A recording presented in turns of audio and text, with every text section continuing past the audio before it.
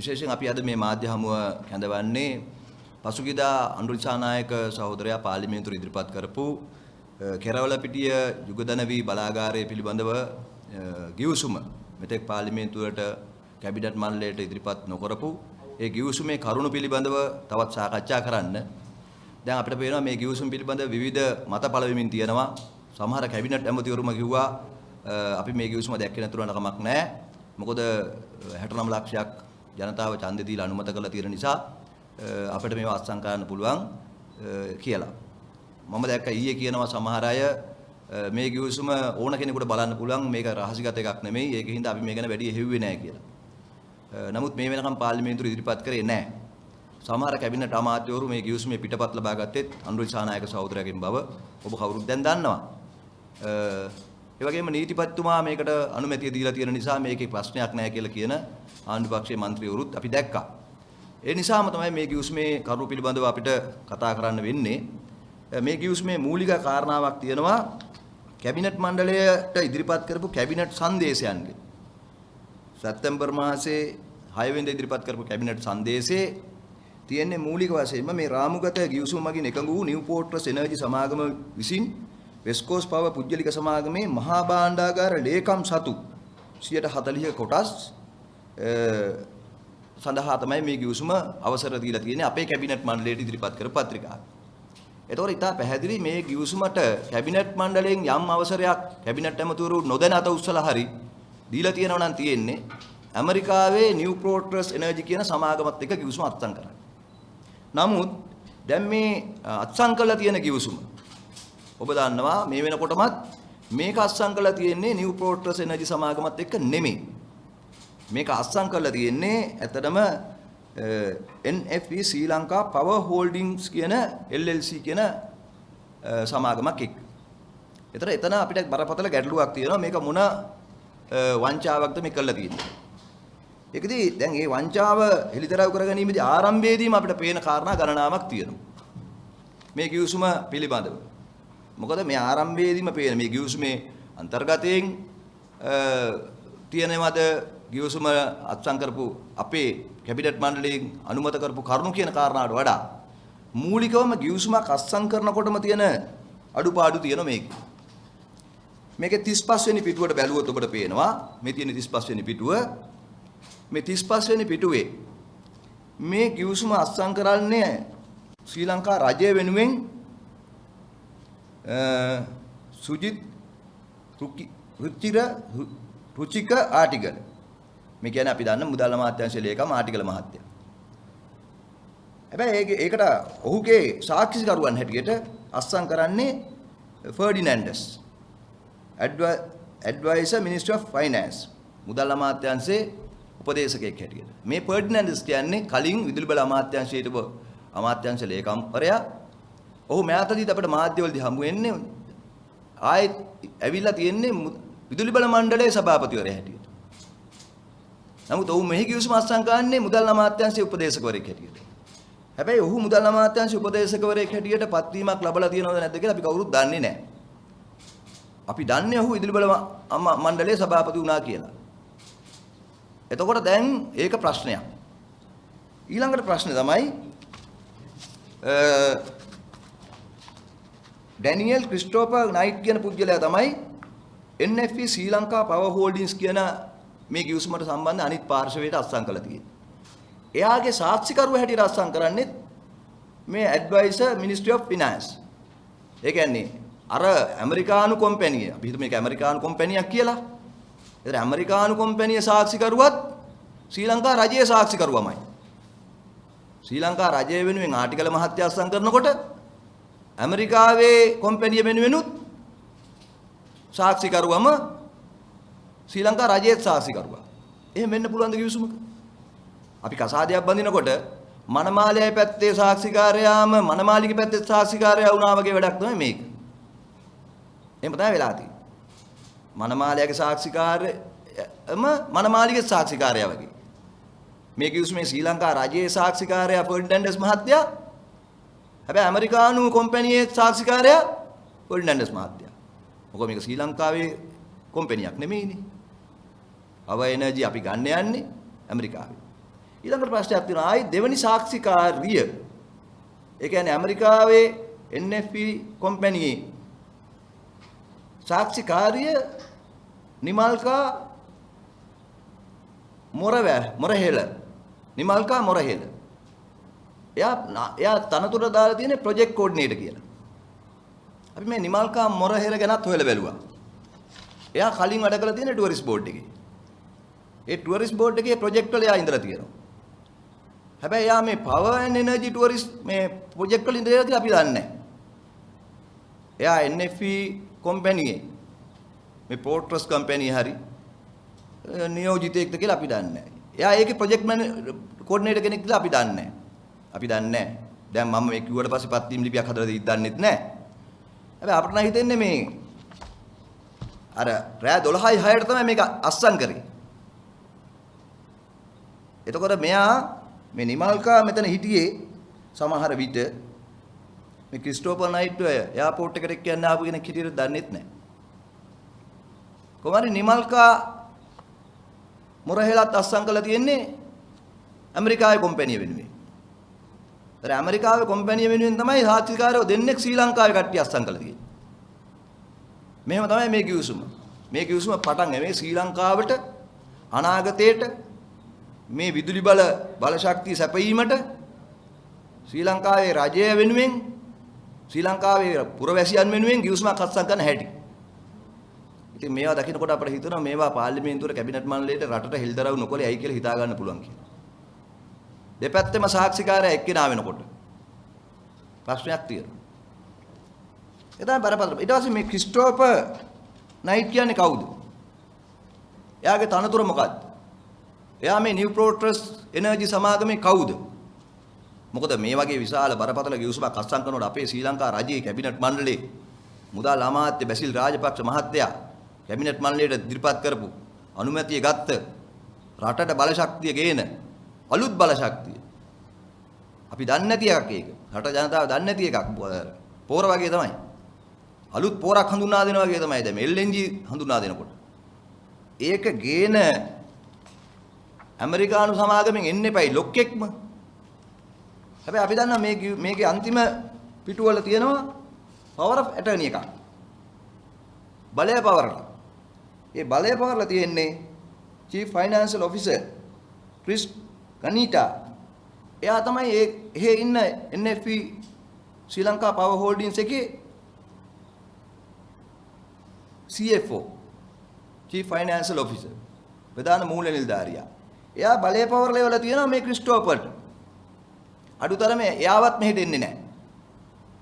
මේ සමාගමේ ප්‍රධානින් එන්නේ නැහැ. ක්‍රිස්ටෝෆර් ඩැනියෙල් තමයි ඉවලා තියෙන්නේ. ක්‍රිස්ටෝෆර් ඩැනියෙල් ඊට වඩා කවුද කියලා අපි දන්නේ නැහැ. කොහොම හරි එයාව තමයි ඉවලා තියෙන්නේ ශ්‍රී ලංකා රජයත් එක්ක මේ ගිවිසුම අත්සන් කරන්නේ. කොහොම තමයි වෙලා තියෙන්නේ. ඒ තරම් පහළට දාලා තමයි මේක අත්සන් කරලා තියෙන්නේ. ඒක නිසා මේක බරපතල සැකයක් බවටපත් වෙච්ච ගිවිසුමක්. ඒක අපි ප්‍රධාන වශයෙන්ම මේ රටේ ජනතාවට පැහැදිලි කරගන්න ඕන මේ ගිවිසුම ගැන දැන් කියන්න ඕන හරියට ඇත්ත කරුණු. එකම පාර්ශවයට දෙපාර්ශවයටම එක්කෙනා සාක්ෂිකාරයෙක් වෙන්නේ කොහොමද? මේකේ වගකීම මොකක්ද? ෆර්ඩිනැන්ඩස් හිටපු මුදල් අමාත්‍යාංශයේ ලේකම්. දැන් විදුලි බල මණ්ඩලයේ සභාපති හැටියට එයා පෙනී ඉන්නේ මාධ්‍යවල. එයා මුදල් අමාත්‍යාංශයේ උපදේශකයෙක්ද? එයාට බලයක් තියෙන්නේ කොහොමද අත්සන් කරන්නේ? ඊළඟ ප්‍රශ්නේ. දැන් ඔබ අපි කවුරුත් දන්නවා කැබිනට් මේ ගැන පෙරේයිදා නැවත කැබිනට් මණ්ඩලයට බැසිල් රාජපක්ෂ මහත්තයා සංදේශයක් ඉදිරිපත් කළා තියෙනවා. පෙරේයිදා කැබිනට් මණ්ඩලයට. මේ තියෙන සංදේශය. මේක ඇත්තටම සංදේශයක් වඩා පාපෝච්චාරණයක් කියනක නිවැරදි. මොකද මේ පාපෝච්චාරණයේදී එතුමාලා කියනවා එක තැනක මේ தත්ත්වය යටතේ මේ ද්විකෘත ස්වභාවික වායු කියන එක ලංකාවට හඳුන්වා දෙන්න මුලින්ම යෝජනා ඉදිරිපත් වෙලා තියෙන්නේ 2019 අවුරුද්දේදී කියලා. ඒ කියන්නේ කලින් ආණ්ඩුව තියෙද්දි. ඉතින් ඒ කලින් ආණ්ඩුවත් මේකට සම්බන්ධයි කියන එක තමයි මේ කියන්නේ. ඒතර යෝජනාව නිව් පෝර්ට්ස් එනර්ජි ලිමිටඩ් එකෙන් 2019 දී තමයි ශ්‍රී ලංකා රජයට ලැබිලා තියෙන්නේ. ඒක ඉදිරි කටයුතු කරන්න 2020 ජනවාරි මාසයේ ආයෝජන මණ්ඩලයට යොමු කරලා තියෙනවලු. ඒ ඉදිරි කටයුතු ආයෝජන මණ්ඩලයේ කටයුතු කරමින් ඉඳලා තියෙනවලු. ඉතින් අපි දන්නේ ආයෝජන මණ්ඩලය එහෙම කටයුතු කාද කියලා. දැන් අපි දැනගන්න කැමති ආයෝජන මණ්ඩලයේ මොනවද කරපු කටයුතු කියලා. එහෙම තියෙද්දී 2020 මුල එවකට හිටපු විදුලි බල ශක්ති අමාත්‍යවරයා වර්තමාන විදුලි ජන සැලසුම් හා සිදුවිය හැකි අඩුපාඩු අවම කිරීම සඳහා යෝජනා නමින් කැබිනට් මණ්ඩලයට සංදේශයක් ඉදිරිපත් කරාලු. ඒ සංදේශේනුත් මේ නිව් පෝර්ට්ස් එනර්ජි ලිමිටඩ් කියන එක ගැන කාර්යක්ෂම ආර්ථික විසඳුමක් දෙන ආයතනයක් හැටියට නිර්දේශ කළා තියෙනවලු. මේ කියන්නේ මහින්ද අමරවීර අමාත්‍යවරයා ගැන. ඒ කියන්නේ දැන් 2020 මුල මහින්ද අමරවීර ඇමතිවරයාත් බලශක්ති ඇමති හැටියට ඉඳද්දි මේ නිව් පෝර්ට්ස් එක අනුමත කරලා තියෙනවලු. මේක හොඳයි කියලා තියෙනවලු. කාර්යක්ෂම විසඳුමක් කියලා තියෙනවලු. ඉතින් අපි හොයලා බැලුවා එතුමා එහෙම කියලා තියෙනවද කියලා. මේ තියෙන්නේ ඔය කියන අමරවීර අමාත්‍යවරයා ඉදිරිපත් කරපු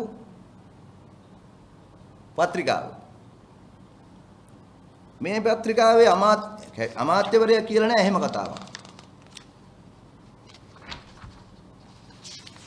ඔහු කියන්නේ recommendation වල කියන්නේ to authorize the transmission license to call counter proposal from prospective bidders. දැන් මෙහෙම යෝජනාවක් ඇවිල්ලා තියෙනවා. හැබැයි ඒකට තවත් යෝජනා ගන්න, counter proposals ගන්න. කාගෙන්ද? prospective bidders. තව bidders ගන්න මේකට. evaluate the proposal. අන්න ඒවා evaluate කරන්න, අගය කරන්න. treasury secretary පත් කරන්න project committee, cabinet appointed negotiating committee.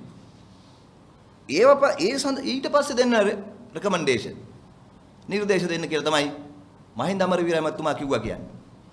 එතකොට මේ පෙරේද කැබිනට් මණ්ඩලයට ඉදිරිපත් කර මුදල් අමාත්‍යාංශයේ බැසිල් රාජපක්ෂ අමාත්‍යවරයාගේ කැබිනට් සංදේශය ගැන දැන් මහින්ද අමරවීර මහත්මයා කියන්නේ මොකද්ද? අපි දැනගන්න කැමති, රට දැනගන්න කැමති හිටපු බලශක්ති ඇමති මහින්ද අමරවීරගේ නිර්දේශය ඇත්ත ප්‍රකාශය මොකද්ද කියලා. මහින්ද අමරවීර මහත්මයා කියන්න ඕන මේ රටට දැන්. ඔයා එකඟ වුණා 2020 මුල නිව් පෝර්ට්ස් එනර්ජි එක තමයි කාර්යක්ෂම විසඳුම කියලා. අපි දන්නේ නැහැනේ මහින්ද අමරවීර මහත්මයා මේ කැබිනට් සංදේශය දාලා වෙන එකකට එකඟ වුණාද කියලා. ඒකින්ද ඇත්ත කතාව මහින්ද අමරවීර මහත්මයා දැන් රටට කියන්න ඕන. කැබිනට් සංදේශය නම් තියෙන්නේ තවත් අයගෙන් ටෙන්ඩර් කැඳවන්න, ඒවා අගය කරන්න, අගය කළ වාර්තාවක් කැබිනට් මණ්ඩලයට දෙන්න කියලා. හැබැයි බැසිල් රාජපක්ෂ ඇමතිවරයා කියනවා මේක කාර්යක්ෂම විසඳුමක් කියලා එදා මහින්ද අමරවීර අමාත්‍යවරයා කිව්වා කියලා. ඊළඟට දෙවනි කොටසේ එතුමා කියනවා 2020 ඔක්තෝබර් මාස 20 වෙනිදා තම පූර්වගාමියා යොදන ලද ශීර්ෂය, පූර්වගාමියා කියන්නේ කවුද? මහින්ද අමරවීර. යොදන ලද ශීර්ෂය වර්තමාන විදුලි ජන සැලසුම සිදුවිය හැකි පාඩු අවම කිරීම සඳහා යෝජනා යටතේ ඊළඟ අමාත්‍යවරයාත් නව රජයේදී මේ යෝජනාවම ගෙනාවා කියලා. මේ කියන්නේ ඩලස් අලහප්පෙරුම ගැන. අපි ඒකත් හොයලා බැලුවා. මේ තියෙන්නේ ඩලස් අලහප්පෙරුම අමාත්‍යවරයා ඉදිරිපත් කරපු කැබිනට් මෙමොරන්ඩම් එක. ඒකේ ඩලස් අලහප්පෙරුම අමාත්‍යතුමා කියන්නේ නෑ නිව් පෝර්ට්ස් එනර්ජි එක සුදුසුම එක කියලා. එතුමා කියන්නේ එතුමාගේ රෙකමෙන්ඩේෂන් වල අර වගේමයි කියන්නේ. To obtain a detailed proposals from New Port Energy and GE to evaluate technical viability and call counter proposal from prospective bidders based on the characteristics of state thrown. ඒකෙත් කියන්නේ මොකද්ද? කැඳවන්න තවත් අයගේ. කැඳවලා ඒවා evaluate කරන්න. Appoint negotiation committee to evaluate the proposals. ඉස්සකුර තියෙන බව දැනගන්න ඕන. යෝජනාව නෙමෙයි යෝජනා. යෝජනා ඉවලුවේට් කරන්න. කළා රෙකමෙන්ඩේෂන් දෙන්න කැබිනට් එකට කියලා. දැන් අපිට බැසිල් රාජපක්ෂ මුදල් අමාත්‍යවරයා කියන කතාව ඩලස් අලහප්පෙරුම ඇමතිවරයා කියන්නේ මොකද්ද? දලසල හප්පරම එමතුමා දැන් රට කියන්න ඕන. ඔබතුමා කිව්වේ නිව් ප්‍රෝටස් එනර්ජි එකේ යෝජනා විතරක් පිළිගන්න කියලාද? තවත් බිඩර්ස්ලගෙන් තවත් යෝජනා කැඳවලා ඉවලුවේට් කරන්න කියලාද? අපිට පේන්නේ නම් ඔබතුමා කියලා නෑ නිව් ප්‍රෝටස් එනර්ජි එක විතරක් පිළිගන්න කියලා. අපි දන්නවා හැබැයි මේ ඇමතිවරු දෙන්නටම කැබිනට් මණ්ඩලයේදී මේ තනතුරෙන් යන්න සිද්ධ වුණා කියලා. මේ දෙන්නම ඉවත් කළා තමයි ගාමිණී ලොක්කුගේ ඇමතිතුමා දැම්මේ. ඒ වගේම විදුලි බල මණ්ඩලයේ හිටපු සභාපතිතුමා ඉවත් වෙලා තමයි අද මේ කිව්සුමේ සාක්ෂිකාරයා වන ෆර්ඩිනැන්ඩස් මහත්තයා මෙතනට ගෙනාවේ. අපි සාමාන්‍යයෙන් දන්නවා අමාත්‍යාංශික ලේකම්තුමෙක් ඒ තනතුරෙන් ඉවත් වෙලා ගියාට පස්සේ අමාත්‍යාංශ ලේකම්වරු ඒ අමාත්‍යාංශය යටතේ තියෙන ආයතනවල සභාපතිවරු වෙන්නේ නැහැ සාමාන්‍යයෙන්. අමාත්‍යාංශ ලේකම්වරු කියන්නේ පරිපාලන සේවයේ එන වැදගත් මහත්තුරු. එතුමා බලපු ආයතනයකම සභාපති වෙනවා කියන්නේ ටිකක් පහතට වැටෙන එකක්. හැබැයි ඔය ෆර්ඩිනැන්ඩස් මහත්තයා ගැන මම දන්නවා කෝප් කමිටුවේදී හම්බෙලා. එයා හුඟක් ප්‍රශ්න කිරීම වලට ලක් කරපු කෙනෙක්. ඒක ගැන මම මෙතන කියන්නේ නැහැ මේ වෙනත් මාතෘකාවක් නිසා. දැන් ඊළඟට අපි බලමු මේ කොටස් පිළිබඳව. දැන් මේකේ තියෙන්නේ කැබිනට් මණ්ඩලයේ අනුමැතියක් දුන්න නම් දීලා තියෙන්නේ මහ භාණ්ඩාගාරයේ ලේකම්වරයා සතු අයිතියෙන් 40%ක්. ඔහුගෙන් 40%ක් මේ ගිවිසුමට ගන්න කියලා. හැබැයි මේ ගිවිසුමේ අනුව අපිට පේනවා මේ තියෙන්නේ කොටස් පිළිබඳ තත්ත්වය මේ සමාගමේ මේ කියන වෙස්කෝ පවර්ස් සමාගමේ කොටස් පිළිබඳ ලැයිස්තුව shareholders in the company කියලා තියෙනවා. shareholdersලා ඉන්නවා 4 දෙනෙක්. Lanka electricity company, LECO, monetary board acting on behalf of the employee provident fund. ඒ කියන්නේ මහා බැංකුවේ මුදල් මණ්ඩලය ඉන්නවා කවුරු වෙනුවෙන්ද? EPF එක වෙනුවෙන්. EPF එකට කොටස් තියෙනවා මිලියන 29ක්. ඒ කියන්නේ 127ක්. ලක්දනවි ලිමිටඩ් ඒකට තියෙනවා මිලියන 5ක් කොටස්. ඊට පස්සේ තියෙන මුදල් අමාත්‍යාංශයේ ලේකම්ට එයා තමයි ඉන්නේ මුදල් අමාත්‍යාංශයේ ලේකම් acting on behalf of the government of Sri Lanka. ඒකට තියෙනවා 50ක් කොටස් මිලියන 55ක්. ඒතකොට දැන් මේ ගිවිසුම කැබිනට් මණ්ඩලයෙන් දීපු අනුමැතිය අනුව ක්‍රියාත්මක වෙනවා නම් මෙන්න මේ යටම තියෙන මුදල් අමාත්‍යාංශයේ ලේකම්ට මේ ගිවිසුම අත්සන් ගන්න පුළුවන් මේ 50ට විතරයි. එතකොට 50ෙන් 140කට තමයි යන්න පුළුවන්. නමුත් මේ ගිවිසුම අත්සන් කළා තියෙන්නේ මුළු 100%ෙන්ම. මේ අනිකුත් ආයතනවල කොටස් වලිනුත් 140ක් ගන්න. මුළු කොටස් වලින්ම. ඒ කියන්නේ කොටස් මිලියන 111ක් 110ක් තියෙනවා. ඒ කොටස් මිලියන 110න් 130ක් තමයි අත්සන් කළා තියෙන්නේ. පළවෙනි කොටසෙදි ෆස්ට් ස්ටේජ් පළවෙනි කොටසේ කොටස් දීලා තියෙන්නේ කොහමද? මේ තියෙන්නේ ස්ටේජ් 1 shares 11 වෙනි පිටුවේ තියෙනවා 33 million GOSL shares amounting to 30% කියලා තියෙන්නේ. ඒ කියන්නේ මුළු කොටස් වලින් මිලියන 110න් 130ක් ගණන් හැදුවම තමයි මිලියන 33ක් එන්නේ. මේක බරපතල තත්ත්වය තමයි මොවුන් එතකොට මේ ලෙකෝ එකේ කොටසුත් අරන් තියනවා EPF එකේ කොටසුත් අරන් තියනවා මේ කිව්සුම අනුව. හැබැයි කැබිනට් මණ්ඩලය අනුමත කළා තියෙන්නේ මුදල් අමාත්‍යාංශයේ ලේකම්වරයා සතු කොටස් වලින් 140ක් ගන්න විතරයි. හැබැයි අරන් තියනවා මුළු සමාගමේම කොටස් වලින්. ඒ කියන්නේ ලෙකෝ එකට අයිති, අර්ථ සාධක අරමුදලට අයිති, ලක්දනවියකට අයිති කොටසුත් ඇතුල් කරලා මුළු කොටස් වලින් 150ක් 140ක් පළවෙනි පියවරේදී. දැන් අපි අහනවා EPF එකේ කොටස් ගන්න මහා බැංකුවේ මුදල් මණ්ඩලයක් අවසරය දීලා තියෙනවද? කො මුදල් මණ්ඩලයේ අවසරය මේකට අමුල්ලා තියෙනවා කොහේ හරි? මේ ගිවිසුම හොර ගිවිසුමක් තමයි. මේක නිව් ප්‍රෝටස් එනර්ජි එකත් එක්ක ගහලා නැහැ. අපි හිතමු මේ ගහලා තියෙන සමාගමත් එක්ක ගිවිසුම ගහන්න හරි මහා බැංකුවේ මුදල් මණ්ඩලයේ දීපු අවසරේ කො? මොකද මහා බැංකුවට අයිති අර්ථ සාධක අරමුදල. අර්ථ සාධක අරමුදල කියන්නේ මේ රටේ හැම කම්කරුවෙක්ගේම අරමුදල. ඒකේ කොටස් ඇමරිකාවට විකුණන්න හරි හොර සමාගමකට විකුණන්න අපේ රටේ අර්ථ සාධක සමාජික අවසරයක් දීලා නැහැ. මුදල් මණ්ඩලයේ අවසරයක් දීලා නැහැ. ඒක බරපතලයි. ඒක බරපතලයි. ඒ නිසා අපි දැනගන්න කැමතියි. දැන් කියන්න ඕන බැසිල් රාජපක්ෂ අමාත්‍යවරයා අර්ථ සාධක අරමුදලේ කොටස් මේ රටේ මහ ජනතාවගේ කොටස් මේ හොර කම්පැනියට දෙන්න කවුද අවසර දුන්නේ කියලා. ඒක තමයි බරපතල ප්‍රශ්නේ. මොකද ඊළඟට ප්‍රශ්නේ තියෙනවා මේ සමාගම ඒක තියෙන 39 වෙනි පිටුවේ මේ ගිවිසුමේ sellers obligation කියන කොටස තියෙනවා. මේ ගිවිසුම අනුව ඒගොල්ලෝ අස්සම් කළ තියෙන ගිවිසුම අනුව මේ කොටස් විකිණීමෙන් අධ්‍යක්ෂකවරු 4 දෙනෙක් පත් කරන්න ඕන කියලා. මේ සමාගමට. ඒ කියන්නේ දැන් ඉන්න අධ්‍යක්ෂක මණ්ඩලයේ ඉවත් කරලා කම්පැනි රෙජිස්ට්‍රාර්ට යවන්න ඕන අලුතින් අධ්‍යක්ෂකවරු 4 දෙනෙක් පත් කරලා. ඒතර ප්‍රශ්නේ තියෙන්නේ 4 දෙනා පත් කරනකොට දැනට මේ සමාගමේ අධ්‍යක්ෂකවරු 7 දෙනා ඉන්නේ. ඒතර 140ට මේගොල්ලෝ ඉල්ලනවා 4 දෙනෙක්. 7න් 4ක් ඉල්ලනවා. මේ කිවිසුම අනුව එකඟ වෙලා තියෙනවා ලංකාවේ රජය.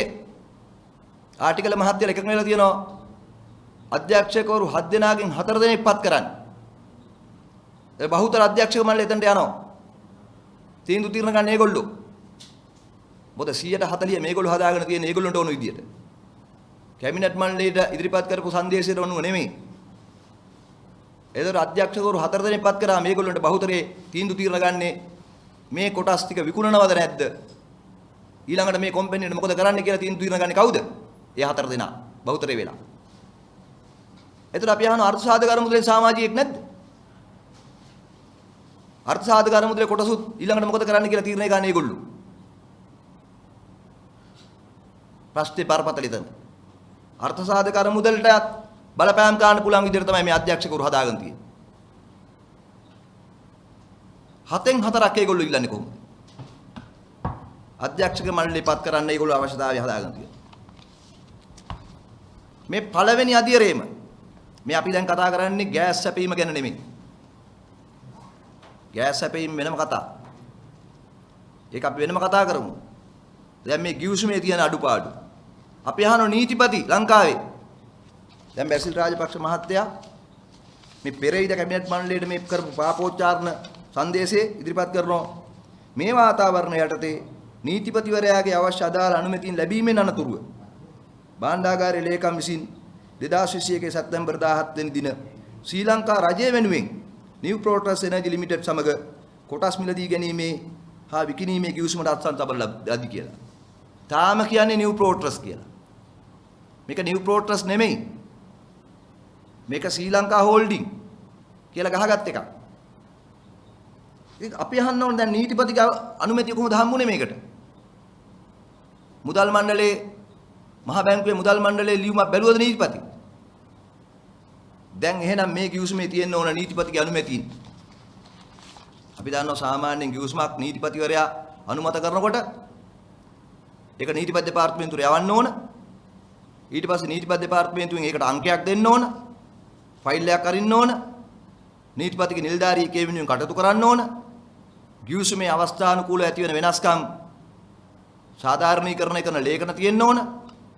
මේකේ නීතිපතිගේ මොකුත් නැහැ. නීතිපතිගෙන් හම්බුනායි කියන නිර්දේශ මේ කිවිසුමේ නැහැ. එනේව තියෙන්න ඕන. මේකේ තියෙන්න ඕන අනිකුත් ආයතන වලින් ලැබිච්ච අපිට පේන මේකේ අවසාන ඇමුණුම් වල තියෙනවා. අන්න අර ක්‍රිස්ටෝෆර් පත් කරලා යන පවර් ඔෆ් ඇටර්නි එක තියෙනවා. රජයේ තාක්ෂේරුකාර දෙපාර්තමේන්තුවෙන් මේකේ ෂෙයාර්ස් වැලියුේෂන් එකක් කරපු තාක්ෂේරු කරන එකේ ලිපියක් තියෙනවා. කො නීතිපතිගේ නිර්දේශ. මේ තියෙන ශ්‍රී ලංකා තාක්ෂේරු දෙපාර්තමේන්තුවේ නිර්දේශ. එහෙම තියෙනවා නම් නීතිපතිගේ නිර්දේශයක් තියෙන්න එපා. නීතිපතිතුමා අපට හම්බේ අධිකරණයේදී. මොකද අපි මේ වෙනුවෙන් නඩුවක් දාලා තියෙනවා. නඩුවේදීත් අපි ගැන කතා කරමු. හැබැයි දැනට මේ රටේ ජනතාව දැනගන්න ඕන නීතිපතිගේ නිර්දේශ මේකේ තියෙනමයි කියලා කිව්වට මේ කිවිසුමේ නෑ කියලා. මේ කිවිසුමේ එහෙම එකක් නෑ. ඊළඟට මේ කිවිසුමේ තව බරපතල කාරණාවක් තියෙනවා. ඒක තමයි මේ කිව්සුමේ 4 වෙනි පිටුවේ තියෙනවා affiliate කියලා. මොකද මේ කිව්සුමේ 4 වෙනි පිටුවේ මේ තියෙන අර්ථ නිරූපණ මේ affiliate කියන වචනේ අවස්ථා කිහිපයක යොදලා තියෙනවා. ඒ කියන්නේ අනුබද්ධ සමාගම්. මේ කිව්සුමට ඒගොල්ලෝ ඇතුල් කරලා තියෙනවා. මොකක්ද මේ affiliatesලා? කවුද අනුබද්ධ කට්ටිය? මත මේක ඊළඟට කියනවා affiliate කෙනෙක් කියන්නේ controlling power එක. මේක මෙහෙයවීමේ බලය control means ownership directly or indirectly of more than 50% of shares or voting right in the legal entity. එතන 50ක් කතාවක් තියෙනවා. මේ affiliate කියන අනුබද්ධ අයට 50ක අයිතියක් තියෙන්න ඕන කියලා කියනවා. හැබැයි අපි දන්න මේ කොටස් කිව්සම ගිහිලා තියෙන 140ට. ඊටු 10 කොහෙන්ද හොයාගන්න බලාගෙන ඉන්නේ. අපි අවධාරණය කරනවා තව මේකේ කොටස් මිලදී ගන්න බලාගෙන තමයි මේ කිව්සම ගහලා තියෙන්නේ. ඊටු 10%ත් හදා ගන්න තමයි බලාගෙන තියෙන්නේ. ඒ affiliate වෙන්න පුළුවන් ඇත්ත නිව් ප්‍රෝටස්ලට. දැන් මේ කිව්සම ගහන්න විතරක් හදාගත්ත කම්පැනිය තමයි මේ ශ්‍රී ලංකා කෑල්ල දාගත්ත ඩෙලවරාවල ලියාපදිංචි කරපු සමාගම ඇමරිකාවේ. හැබැයි නිව් ප්‍රෝටස් ඉන්නේ නිව්යෝක් වල. මේ ඩෙලවරාවල ලියාපදිංචි කරපු සමාගම තමයි NFP ශ්‍රී ලංකා පවර් හෝල්ඩින් කියන එක. එතකොට තුන්වෙනියෙක් ඉන්න මේකේ. ශ්‍රී ලංකා රජය ආටිකල මහත්තයා ක්‍රිස්ටෝපර් නයිට් මේ ශ්‍රී ලංකා හෝල්ඩින්ස් එක වෙනුවෙන් අත්සන් කරපු කෙනා ඇෆ්ලියේටඩ් ලා ඉන්නවා. අපි දන්නේ නැහැ. අපිට දැනගන්න ඕන ඇෆ්ලියේටඩ් ලා කවුද කියලා. ඒගොල්ලෝ 50ක් ගන්න යනවා. 50ක් ගන්නේ කොහෙන්ද කියලා අපි දන්නේ නැහැ. අපිට සැකේ තියෙන අර්ථ සාධක අරමුදල ගැන. අර්ථ සාධක අරමුදලේ ඊටු 127ක් මේකේ තියෙනවා.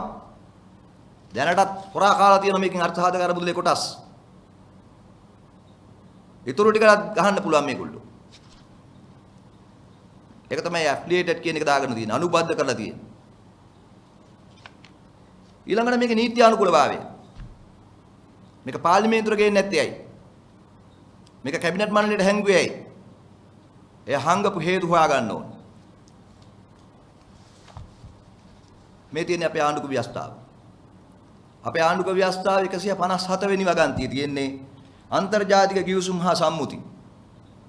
මේක කියන්නේ මොකද්ද? ශ්‍රී ලංකා රජයේ නීති යටතේ සංස්ථාගත කරන නැතහොත් සංස්ථාපනය කරන සංස්ථාවල සමාගම් වල හෝ වෙනත් සංගම් වල ශ්‍රී ලංකාව තුන ආයෝජන වඩාලීම හෝ ආරක්ෂා කිරීම සඳහා ඇති කරගත් යම් ගිවිසුමක් හෝ සම්මුතියක් ජාතික ආර්ථිකයේ වර්ධනයට අත්‍යවශ්‍ය වන්නක් බව මුළු පාර්ලිමේන්තුවේ මන්ත්‍රීවරුන්ගෙන් මන්ත්‍රීවරයන් සංඛ්‍යාවෙන් 3/2කට අඩු සංඛ්‍යාවක් විසින් පක්ෂව ඡන්දයේදී සම්මත කරනු ලබන යෝජනා සම්මතයක් මගින් පාර්ලිමේන්තුව විසින් අනුමත කරනු ලැබුව අවස්ථාවක මෙහෙම එකක් මේකේ කළා නැහැ. මේ ගිවිසුමට අදාළව. ඒ ගිවිසුමට හෝ සම්මුතියට ශ්‍රී ලංකාව තුල නීතියේ බලපෑම ඇති අතර රාජ්‍ය ආරක්ෂාව තහවුරු කිරීම පිණිස හැර ඒ ගිවිසුමේ හෝ සම්මුති විධිවිධාන කඩ කරන කිසිම ලිඛිත නීතියක් පැනවීමක් හෝ සෑදීමද විධායකයෝ හෝ පරිපාලන ක්‍රියාවක් කිරීමද නොකළ යුත්තේ කියලා. ඒ කියන්නේ ශ්‍රී ලංකාවේ ජාතික ආරක්ෂාව වෙනුවෙන් ශ්‍රී ලංකා රටේ ආර්ථිකයේ සංවර්ධනය වෙනුවෙන් යම් ගිවිසුමක් පාර්ලිමේන්තුවේ 3/2න් අනුමත කළා ඇතනම් ඒකට බලපාන විදියට නීති රීති හදන්න බෑ කියලා. මේකෙන් කරන්නේ එහෙම ගිවිසුම් අනුමත කරන්න ඕන කියලා කියන්නේ. හැබැයි මේක එහෙම ගෙනල්ලා නැහැ. ඉතින් එරාපු නැති එකට 3/2ක් අදාළ වෙන්නෙත් නැහැ කියලා කියන්න පුළුවන්. ඒතකොට වෙන්නේ මොකද්ද? මේ ගිවිසුම ලංකාවේ නීතියට අදාළ වෙන්නේ නැහැ. මේ ගහලා තියෙන ගිවිසුම ලංකාවේ නීතියේ රැකවරණයක් නැහැ. හැබැයි මේ ගිවිසුමෙන් ආවරණය කරන්න ඕන ජාත්‍යන්තර නීති ඔක්කොම. මේ ලංකාවේ ජාතික ආර්ථිකයට බලපාන ගිවිසුමක් පාර්ලිමේන්තුවට ගෙනල්ලා සම්මත කළා නැහැ. නැති නිසා ලංකාවේ නීතියෙන් බලපෑමක් නැහැ. හැබැයි මේ ගිවිසුමේ මේ කියලා ගිවිසුමේ තියෙනවා මේක අදාළ වෙන තැන්. මේක එක තැනක කියනවා මේකට අදාළ වෙන එංගලන්ත නීතිය.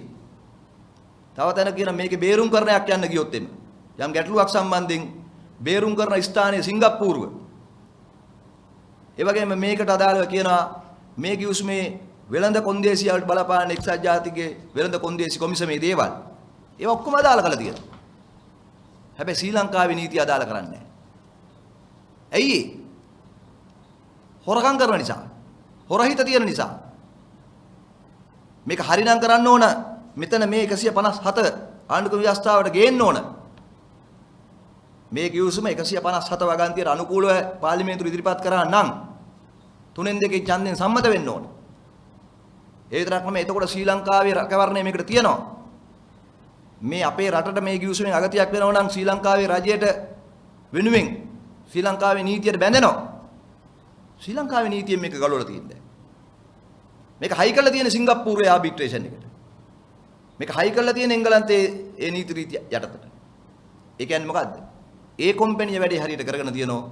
අපේ කට්ටිය ශ්‍රී ලංකාවේ නීතියෙන් මේක අයින් කරලා තියෙනවා. බරපතල ප්‍රශ්නේ ශ්‍රී ලංකාවේ නීතියෙන් විතරක් නෙමෙයි. මේක අස්සම් කරේ ශ්‍රී ලංකා රජය වෙනුවෙන් භාණ්ඩාගාරේ ලේකම් ආටිකල මහත්තයා. මේ විකුණන්න හදන්නේ අපේ රටේ බලශක්තිය සම්බන්ධ අයිතිය. හැබැයි මේ කිව්සුමේම 45 වෙනි පිටුවේ සඳහන් කරනවා sellers warranty කියන කොටසේ seller capacity. ඒ කියන්නේ seller කියන්නේ කවුද? අපි. ශ්‍රී ලංකා රජයේ කොටස් ටික. මහා භාණ්ඩාගාරයේ සතු කොටස් ටික. හැබැයි දැන් නම් අර්ථ සාධක අරමුදෙත් කොටස් ටික. මේක හයි කරලා තියෙන අර්ථ සාධක අරමුදලත්. ලෙකෝ එකේ කොටස් ටික. ඒක හයි කරලා කියනවා seller capacity යටතේ the agreement constitute a private and commercial act of the seller. ඒ අර්ථ කියනවා this agreement and its execution and performance by GOSL constitute a private and commercial act of GOSL. වැදගත් දේ at not a public or government act. ඒ කියන්නේ මොකද? මේක අදාළ කරන්නේ ලංකාවේදී පෞද්ගලික හා වාණිජ නීතියට විතරයි. හැබැයි අස්සම් ගන්නනේ මහා භාණ්ඩාගාර ලේකම්. මේකෙන් යන්නේ ශ්‍රී ලංකාවේ බලශක්තිය පිළිබඳව. මේකේ ස්ටේජ් 2 වල මේක දෙවෙනි කොටසෙදි කියනවා බලශක්ති කොටස් මිලදී ගැනීම ගැන විතරක් නෙමෙයි. මේ කිව්සුමේම තියෙනවා දෙවෙනි කොටස. ස්ටේජ් 2 කියන කොටසේ මේ කිව්සුමේ තියෙන්නේ මොනවාද?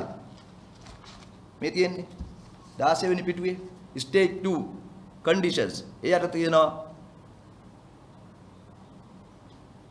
for the SRU, FSRU to enter and anchor in Sri Lankan waters, for the mooring of FSRU, for the construction of the LNG terminal, for laying of pipeline both on sea and land, to operate the FSRU, store LNG and RLNG, carry RLNG through the pipeline for supplies onshore, including any environmental approvals, and to supply natural gas on and from completion of construction of the terminal project to power generation facility in Sri Lanka on terms and the responsibility satisfactory to the buyer.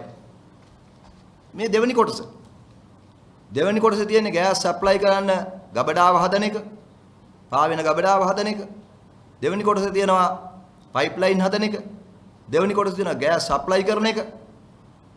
මේ ඔක්කොම ටික මේ පළවෙනි කොටසට තමයි මේක අස්සම් කරලා තියෙන්නේ. හැබැයි දෙවෙනි කොටසත් ඇතුල් කරගෙන තියෙන්නේ. කවදා හරි මේ කම්පැනියට කියන්න පුළුවන් දෙවෙනි කොටසට අමුතුවෙන් කිව්සුමක් ඕනේ නැහැ. අපි ඒකත් මේකම අස්සම් කරා කියලා. හැබැයි ඔක්කොම එතකොට ශ්‍රී ලංකාවේ නීතියේ ව්‍යවස්ථාවෙන් පිට තියෙන්නේ. විකුණුම් කරුගේ කැපැසිටි එක තියෙන්නේ පෞද්ගලික නීතියට විතරයි. බරපතල නැද්ද? අපි මේ රටේ ජනතාවගෙන් අහන්නේ මේවා කාටද මෙහෙම ලියලා දීලා තියෙන්නේ? අපි දන්නවා ඉතිහාසයේ පරංගි එනකොට පරංගි එලාගත්තේ ගෙරිහම් කඩකට ඉඩකඩ. ඒගොල්ලෝ ඉල්ලුවේ ගෙරිහම් කඩක් ඉඩකඩ. අපේ රජවරුන්ට තේරුන්නේ නැහැ ගෙරිහම් කඩේ කතාව. පස්සේ පරංගි මොකද කළේ? මේක තීරු වලට ඇදලා කෝට්ටේ රාජධානිය හදාගත්තා කියලා ඉතිහාස කතාවේ තියෙනවා. මේ පෘතුගීසි ඇවිල්ලා මුලින්ම අපේ සමාවෙන් අපේ මේ බලකොටු හදාගත්තා. ඒගොල්ලොන්ගේ බලකොටු හදාගත්තා. ලංකාවට ඇතුල් වෙන දොරටු වල බලකොටු හැදුවේ එහෙමයි. මේක තමයි ඉතිහාස කතාව. ගෙරිහන් කඩක් හදාගන්න ඉඩගත්ත පෘතුගීසි වගේ තමයි අද මේ LNG ගෙවිසුමට එන්නේ. හැබැයි වැඩේ තියෙන්නේ මේකේ ගෙරිහන් කඩ හදන්නේ අපේ රටේ උන්. මේකේ ගෙරිහන් කඩ හදන්නේ අරගොල්ලෝ නෙමෙයි. ඒගොල්ලෝ වෙනුවෙන් මේ අපේ රටේ බල ශක්තිය කෙරවලපිටියේ කොටස යුගදනවි බලාගාරයේ අයිතිය අර ගෙරිහම් කඩේ වගේ තීරු වලට ගලවලා හදන්නේ අපේ කට්ටිය. ඉතින් සමහර කැබිනට් මණ්ඩලයේ ඉන්න ඇමතිවරු කියනවා මේක ගිය සතියේ බාත් දැක්කලු කියවලු වැදගත් නැති හින්දා පොඩ්ඩක් පැත්තකින් දාලා තිබ්බලු. සමහරුයි කියනවා අපිට කොහොමද ජනමතය හම්බෙලා තියෙන්නේ ඕන දෙයක් කරන්න ඒකින්ද ප්‍රශ්නයක් නැහැ. මේක අහන්න ඕනද අපේ රටේ ජනතාව? මේ ඇමතිවරු කියන්නේ අහන්න ඕනද අපේ රටේ ජනතාව? අපි අහන්නේ ඒකයි. මේගොල්ලෝ පෘතුගීසි කාලේ හිටියනම් අර ගෙරිහන් කඩත් සාධාරණීකරණය කරනවා. මේ අද මේ ඇමතිවරු එදා පරං ගේන කාලේ හිටියනම් ගෙරිහන් කඩේලා ගන්න එකත් අනුමත කරනවා. ඒගොල්ලෝ තමයි මේ ඉන්නේ. ඒ පරංගි කාලේ හිටපු කට්ටියගේ නූතන කට්ටිය මේ ඉන්නේ. නූතන පාවා දෙන්නෝ. මේ කියන්න දෙයක් නැහැ. ඇස්කම් පියාගෙන මේ වස්සම් කළා තියෙන්නේ. අනුමත කළා තියෙන්නේ. එදා ඉතිහාසෙ වෙච්ච දේම තමයි අද ලංකාවේ වෙන්නේ. මේක මේ රටේ ජනතාව තේරුම් ගන්න ඕන. ඒ වගේ කිවිසුමක් මේක. ඒකින්ද අපි තව කාරණා තියෙන ගොඩක් මේකේ හෙළිදරව් කරන්න. දැන් මේ හෙළිදරව් කිරීම කරන්නේ අපි මූලික කාරණා ගැන විතරයි. තව බරපතල ප්‍රශ්න තියෙනවා. මොකද මේ කිවිසුම අනුව මේ ගෙරිහන් කඩේ ඉඩකඩ හදාගත්තට පස්සේ කරන්න ඕන ටිකට දැන් පරිසරය සකස් කරමින් ඉන්නවා. මතක තියාගන්න මේ ගෑස් සිලින්ඩර් පුපුරන්නේ නිකන් නෙමෙයි. අද වරු ගානට පැය ගානට කරන්ට් එක කපනවා. මේ ඔක්කොම ඇතුලේ සාධාරණීකරණයක් කරනවා. මොකද්ද? මිනිස්සුන්ට කියනවා දැන් ගෑස් වැඩක් නැහැ. දැන් අපි දන්නවා ගෑස් නැති නිසා මිනිස්සු මේ දවස්වල ගිහිල්ලා දර හොයනවා. දැන් කඩවල වල ගියාම අපිට පේනවා භූමි තෙල් ලිප් ගණන් ගිහිල්ලා. වෙනද 1500 තිබිච්ච භූමි තෙල් ලිප් 8500යි. ඊට පස්සේ මේ ඔක්කොම ගල්ලා මේ ගෙරිහන් කඩ එලා ගත්තට පස්සේ මේගොල්ලෝ ගේනවා LNG. කෙනාලා කියන මිනිස්සුන්ට දැන් ගෑසුත් ඕනේ නැහැ, භූමි තෙල් ලිපුත් ඕනේ නැහැ, දරත් ඕනේ නැහැ. ඔන්න අපි LNG ගෙනාවා. ගන්න මේවා. ඉතින් අපේ රටේ මිනිස්සු ගන්නවා. ඒතර මේ හොර කිවිසුම් ගැන මතක නැහැ. එතකොට අන්න මේ මුදලාලිලාට පුළුවන් මොකද්ද? මේ ගෑස් නමක් ගෙනල්ලා මෙහෙ ගහගත්තා. ඊළඟට ගෑස් ටික විකුණන්න පටන් ගන්නවා හන්දි ගානේ. ගෑස් ට්‍රකින් කරනවා. ගෑස් බවුසර් වලින් යාලා විකුණනවා. සමහර විට මේ පයිප්ලයින් ගහන එකයි ගබඩා ගහන එකයි පැත්තකින් තියලා ගෑස් නැවක් මෙහෙට ගෙනල්ලා මෙහි ගෑස් නැවකින් ගෑස් බාගෙන මේ විලදාම වෙන පැත්තකට යන්න පුළුවන්. ඒතර ඒගොල්ලෝ සල්ලි ගේන්නේ නැහැ මේකට. ඒගොල්ලෝ අපේ අර්ථසාධක අරමුදලමයි පාවිච්චි කරන්නේ. මං කියන්නේ මේ ඊළඟට වෙන්න පුළුවන් දේවල්. ඊළඟට මේ කම්පැනියට දෙනවා මන්නාරමේ තියෙන ගෑස් නිධිය. ඒගොල්ලෝ ඇමරිකාවෙන් ගෑස් ගේන්නෙත් නැහැ, අප්‍රිකාවෙන් ගෑස් ගේන්නෙත් නැහැ. ඒතර ගෑස් ඒගොල්ලෝ හාරන්න පටන් ගන්නවා මෙහෙම. අමාරු නෑ මේගොල්ලන්ට.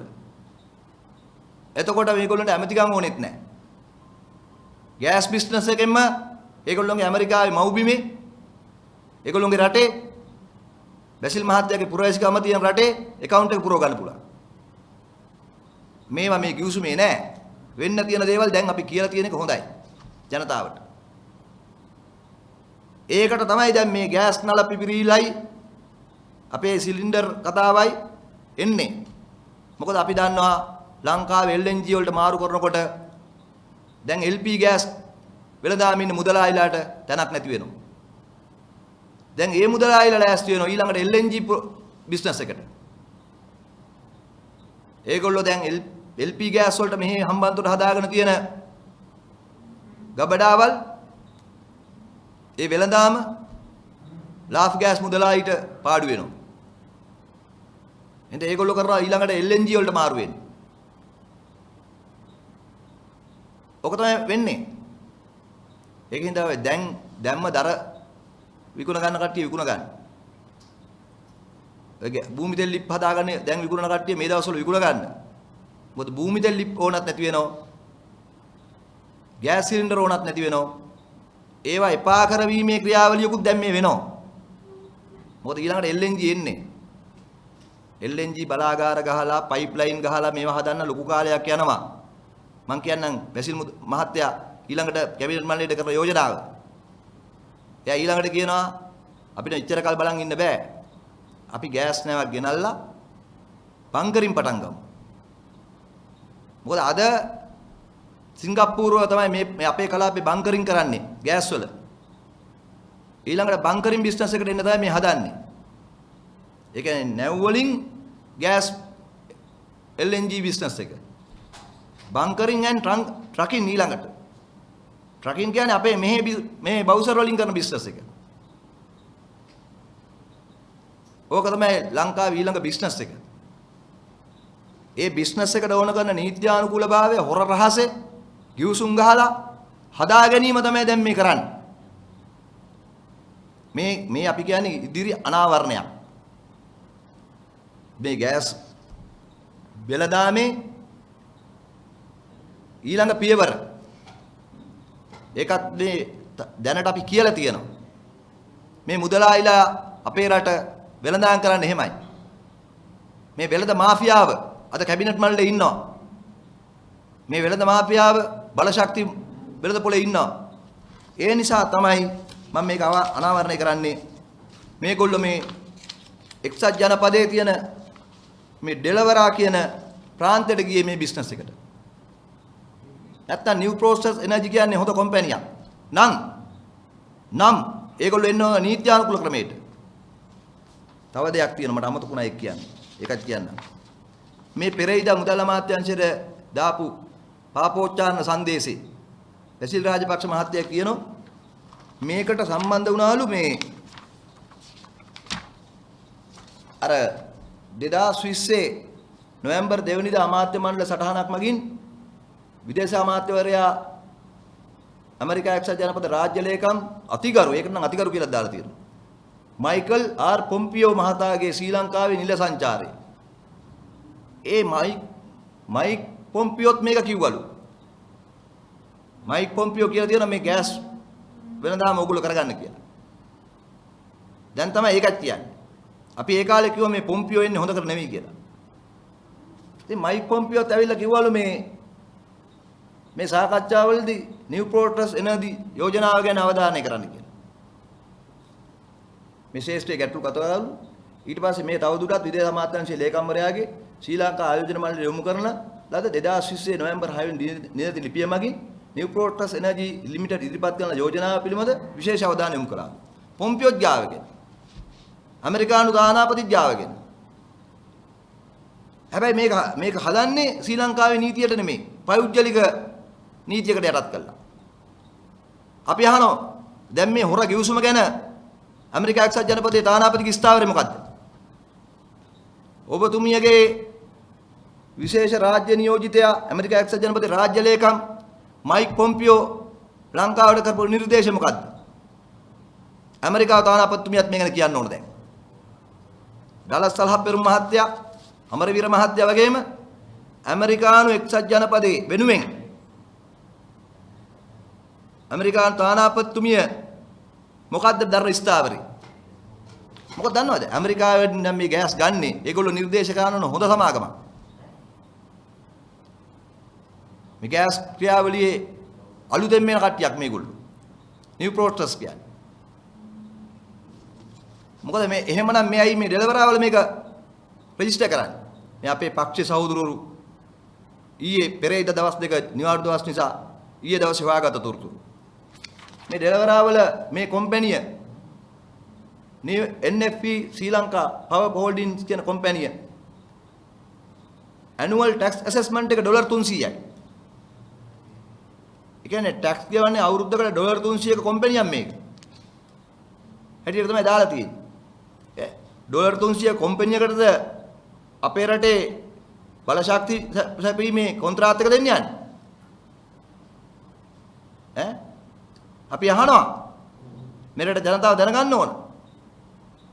මේ කම්පැනියේ ඩොලර් 300ක ටැක්ස් වගකීමක් තියෙන සමාගමකටද මේ අපි මේ ගිවිසුම ගහලා තියෙන්නේ. රෑ 12ට ගහපු ගිවිසුම. මෙතන මේ ඩෙලවරා කියන්නේ හොරුන් ලියාපදිංචි කරන තිප්පලක් වගේ තමයි. ඒතර ලියාපදිංචි කරලා තියෙනවා. මේ ලියාපදිංචි කරපු නම් ලැයිස්තුවෙන් අපි ගත්තේ මේ ශ්‍රී ලංකාවේ නම තියෙන මේ කම්පැනි නම තියෙන තැන. NFP ශ්‍රී ලංකා පවර් හෝල්ඩින්ග්ස් LLC. මේ තව නම් ලැයිස්තුවක්ම තියෙනවා NFP එක මෙතන රෙජිස්ටර් කරලා. මොකද ඒගොල්ලෝ මෙතන මේ රෙජිස්ටර් කරගෙන තියෙන්නේ ඒ රටේදී බදු සහන ගන්න. ඒ රටෙන් බදු සහන ගන්න. ඒ කියන්නේ නියම කම්පැනි නෙමෙයි. වෙන එකක් ගහ ගන්නවා. ඒගොල්ලෝ ලියාපදිංචි කරන්නේ ඒකට. හැබැයි මේ ගිවිසුමේ තියෙනවා මේක සංවර්ධන උපාය මාර්ග පනත යටතේ බදු වලින් ලංකාවේදී නිදහස් කියලා. ඒතර මේ ගිවිසුමෙන් ලංකාවේ බදු වලින් නිදහස් වෙනවා. බදු සහන ලංකාවේදී ගන්නෝ මෙතන මේ ඩෙලවරාවල රෙජිස්ටර් කරලා එහෙනුත් බදු සහන ගන්න. මරු වැඩේ. අපි තව දැනගන්න ඕන දෙයක් තියෙනවා. මේ කම්පැනි වල එහෙ නියෝජිතයෝ කවුද කියලා. ඒ අධ්‍යක්ෂක මණ්ඩලය කවුද කියලා. ඒවත් මේ රට දැනගන්න ඕන. මොකද මේ ඩෙලවරාවල හුඟක් ලියාපදිංචි කරන අතරේ මෙතන මේ ඇඩ්‍රස් එකේම එකක් මේ රටේ මාධ්‍ය විදියට බාර කරනවා. අර පැනමා account වල හිටපු අයත් ලියාපදිංචි කරලා තියෙනවා. පැන්ඩෝරා වගේම පැනමා account වල හිටපු අයත් මෙතන ලියාපදිංචි කරලා තියෙනවා. ඒ වගේ තැන් තියනවා ලෝකේ අර. සාමාන්‍යයෙන් ගත්තොත් එහෙම ඔය අපේ රටේ තියෙනවනේ ළමයි ඉස්කෝලේ දානකොට ඇඩ්‍රස් දෙන කට්ටිය. ළමයි ඉස්කෝලේ වලට දානකොට ඇඩ්‍රස් දා ගන්නවනේ ඔය ජනප්‍රිය පාසල් කිට්ටුව. ඒ වගේ තනුත් තියෙනවා ලෝකේ. මේක තමයි தත්ත්වය. මේක තමයි தත්ත්වය. අපි බලාපොරොත්තු වෙනවා අධිකරණ දීතුරු ටික ඉදිරිපත් කරන්න. අපි බලාපොරොත්තු වෙනවා මේ රටේ ජනතාවගෙන් මේකන සහයෝගය මේ රටේ මාධ්‍ය වලින් මේ වෙනුවෙන් සහයෝගය බලාපොරොත්තු වෙනවා. විශේෂයෙන්ම අපේ රට ආදරය කරන විදේශගත වෙලා ඉන්න ඇමරිකා එක්සත් ජනපදයේ ඉන්න විශේෂයෙන් ශ්‍රී ලාංකිකයෝ දැන් ලොකු උනන්දුවකින් මේක හොයනවා. ඔවුන්ට අපි ස්තුතිවන්ත වෙනවා මේ දින දෙක ඇතුළත නිවාඩු දවස්වල උනත් අපට තොරතුරු ලබා දෙන්න මැදිහත් වීම ගැන. ඒ වගේම මේ රටේ ඉන්න සියලුම ආගමික නායකින්ගේ මහානායක ස්වාමින් වහන්සේලා ඇතුළු ආගමික නායකින්ගෙන් අපි ඉල්ලීමක් කරනවා මේකට මැදිහත් වෙන්න කියලා. මේක රටේ බලපත්‍ර ප්‍රශ්නයක්. මේක ජාතික ප්‍රශ්නයක්. මේක අපේ රටේ ඊළඟ අනාගත පරම්පරාවේ බල ශක්තියේ අයිතිය පිළිබඳ ප්‍රශ්නයක්. ඒ වගේම මේක වෙනුවෙන් නිහඬ කළා තියෙන ආණ්ඩුවේ කැබිනට් මණ්ඩලයේ ඉන්න අමාත්‍යවරුන්ගෙන් අපි ඉල්ලාමක් කරනවා මේ වෙනුවෙන් හඬ අරින්න කියලා. කටහඬ අරින්න කියලා. විශේෂයෙන් ඉදිරියේදීත් අපි මේක ගැන තවදුරටත් කරුණු අනාවරණය කරන්න බලාපොරොත්තු වෙමින් අපේ සාකච්ඡාව අවසන් කරනවා. ඔබට තියෙන ගැටළු ප්‍රශ්න ඉදිරිපත් කරන්න කියලා ඉල්ලා සිටිනවා.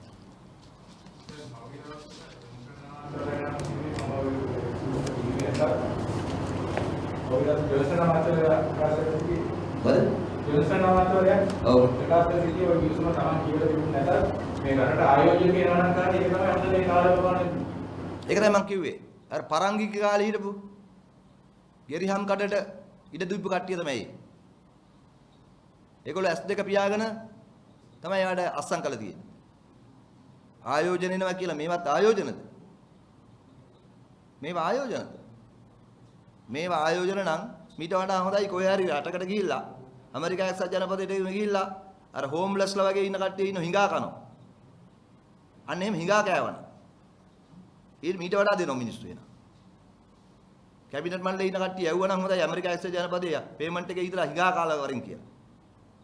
මේ වගේ රටපාව දෙන්නේ නැතුව. අපිට කියන්න තියෙන එච්චරයි. ඒගොල්ලෝ පාර්ලිමේන්තුවෙත් ඇවිල්ලා නිදා ගන්න කැබිනට් මණ්ඩලෙත් ගිහලා නිදා ගන්නවා.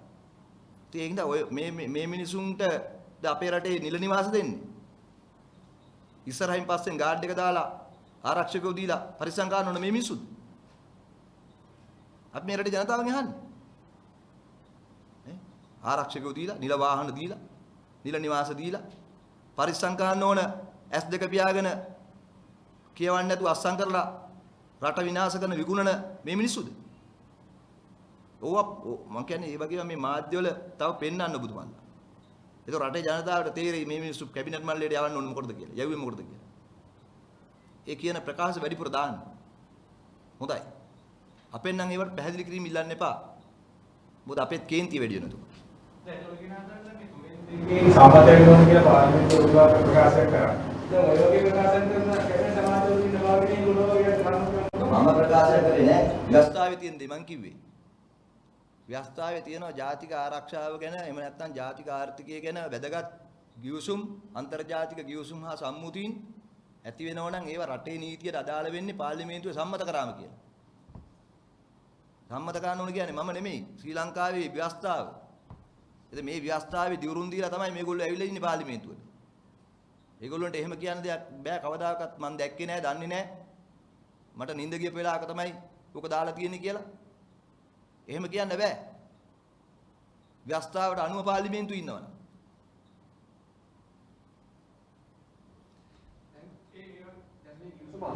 කරලාදී දැන් රටේ නීතියට අදාළ වෙන්නේ නැත්තම් මේ කිවිසුමෙන් එළියට යන්න ක්‍රමයක් කිවිසුමේ කියලා නැත්නම් මේ කිවිසුම වළංගු කිවිසුමක් වෙලා නැහැ රටට.